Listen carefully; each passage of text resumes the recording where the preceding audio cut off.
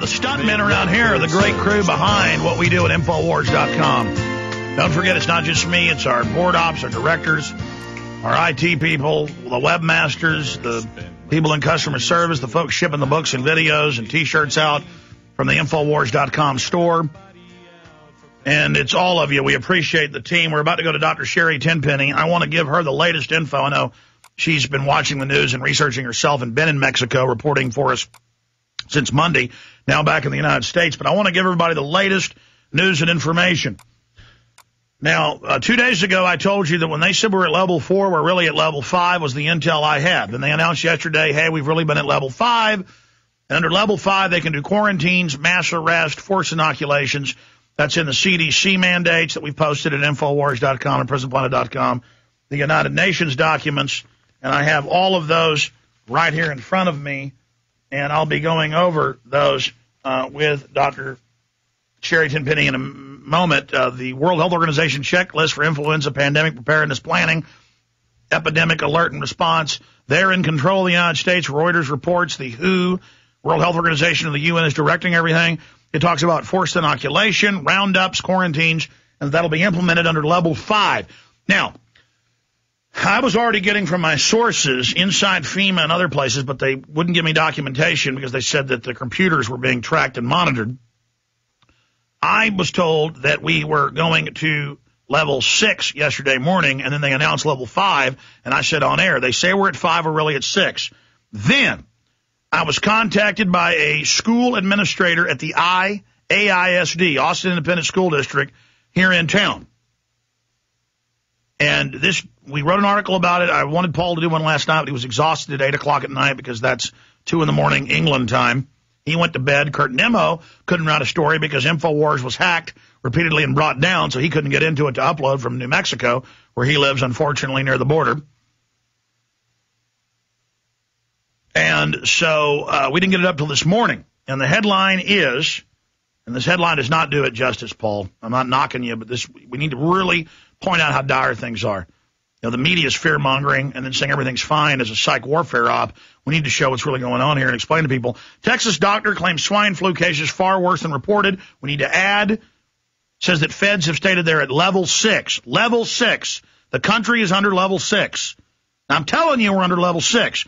That's what's being announced. That's what's being done. In their actions, the things they're announcing is a level 6 response. Joe Biden comes out and says, don't get on planes, don't get on trains. Mexico is completely shutting everything down, including the government. They're starting to shut down roads and transport. This means they believe it is mega deadly. And as in mega, I mean millions of dead. And the UN and others are saying millions and millions could die. They're out fear-mongering. I have those reports. In fact, I was looking in my stack. I printed it this morning. Will you guys print millions dead flu, and then it'll pull up the UN and others saying millions could die. Now, I'm not saying that. They're saying that, and I can't even keep track of how insane this is now. This is the actual document. Earlier, we just took excised parts out and put it in Paul's article. We're going to post the document itself, but blacked out the area so you don't find out who sent it to us. This message, including all attachments, is for the sole use of intended recipients and may contain confidential students and or employee information. Unauthorized use and disclosure is prohibited under the Federal Family Education Rights and Privacy Act. And it goes through the codes. If you are not an intended recipient, you may not use, disclose, copy, or disseminate the information. Please call and send her immediately a reply. Well, we were given this by an administrator, so that's their issue. Now, I'm sorry, we're going to tell people what the feds are telling the state. This is from an administrator in health.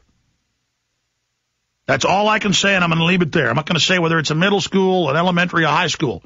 This is from Austin, Texas. I know this person. Period. This is first hand. You understand? Flu update from Dr. Gitterle, Gitterle, and we have his full name up on PrisonPlanet.com. Marcus Gitterle. Out of New Braunfels, Texas.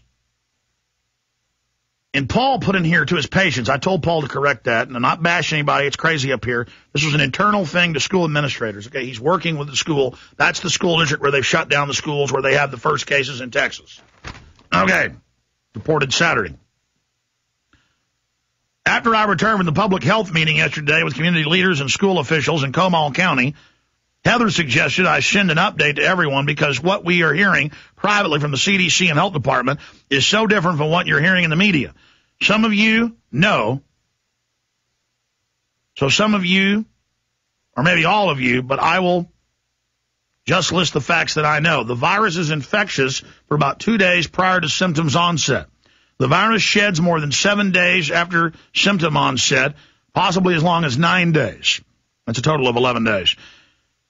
Since it is such a novel new virus, there is no herd immunity, so the attack rate is very high. This is the percentage of people come down with a virus if exposed. Almost everyone who is exposed to the virus will become infected, though not all will be symptomatic. This is much higher than seasonal flu, which averages 10 to 15%. The clinical attack rate may be around, this is a quote from the feds, he says, may be around 40 to 50%.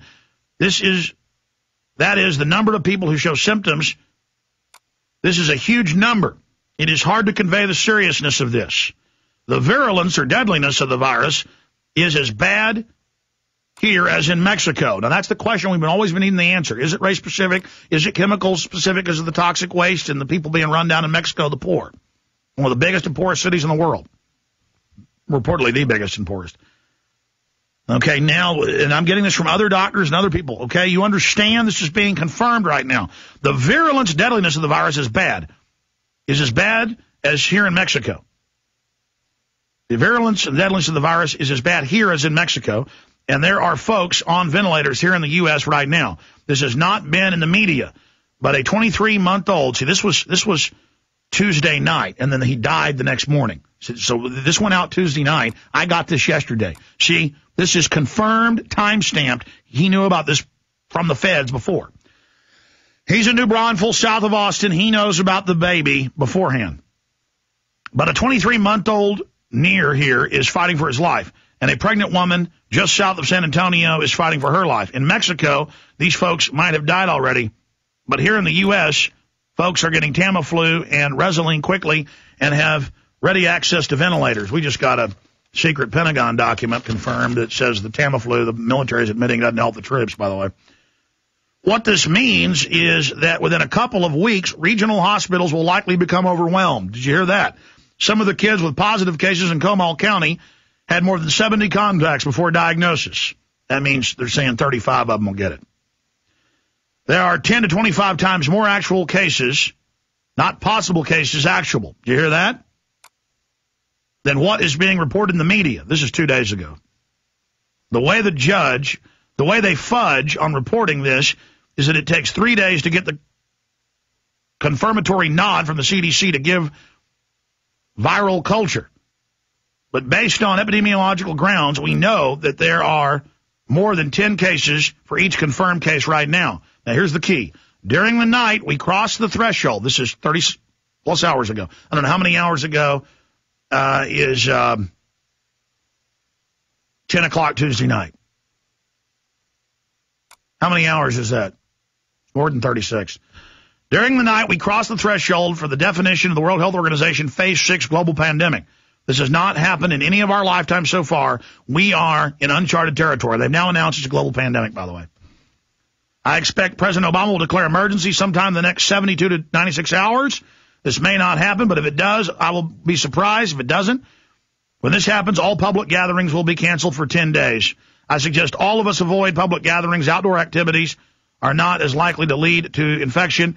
It is contained areas and close contact that are the biggest risk. And it goes on. I got to go to Tenpenny because I'm coming up on TV in a minute, and I apologize to her for talking the last 8-9 minutes, but I had to put this out. Then Biden, we have this last night, and we're so conditioned around here that, you know, for incredible news, we don't even really do a story on it.